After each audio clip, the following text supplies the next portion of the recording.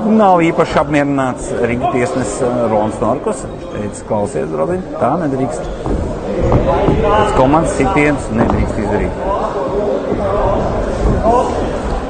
Aire ir uzbrukumā, bet tagad spēcīgs sitienā izlaida un apēda Kārlis Aire, par ko viņam tika atskaitīts knockdowns. Kāperi aizlidoja. Tad jāskatās, sportists skaties pret, tev noņem no, sportists pats izprovocēja šobrīd zaudējumu, jo viņš nedrīkstēja pagriezt galvu. Viņam kapi būtu ielikuši ir apakaļ, viņam jābūt ir, jo pretējā gadījumā viņš ir pagriezies pret tiesnesi, nozīmē to, ka viņam ir kaut kas noticis.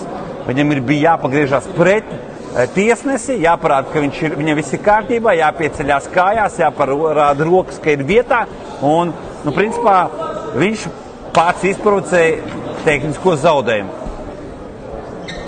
Bet, izlaida arī šajā pēdējā epizodē nopietnu sitienu. Paskamies, zem kreisās acis, kas par hematomu. Ojojoj! Te ir vajadzīgs Katamans. Apsveicam Marku Lunkeviču.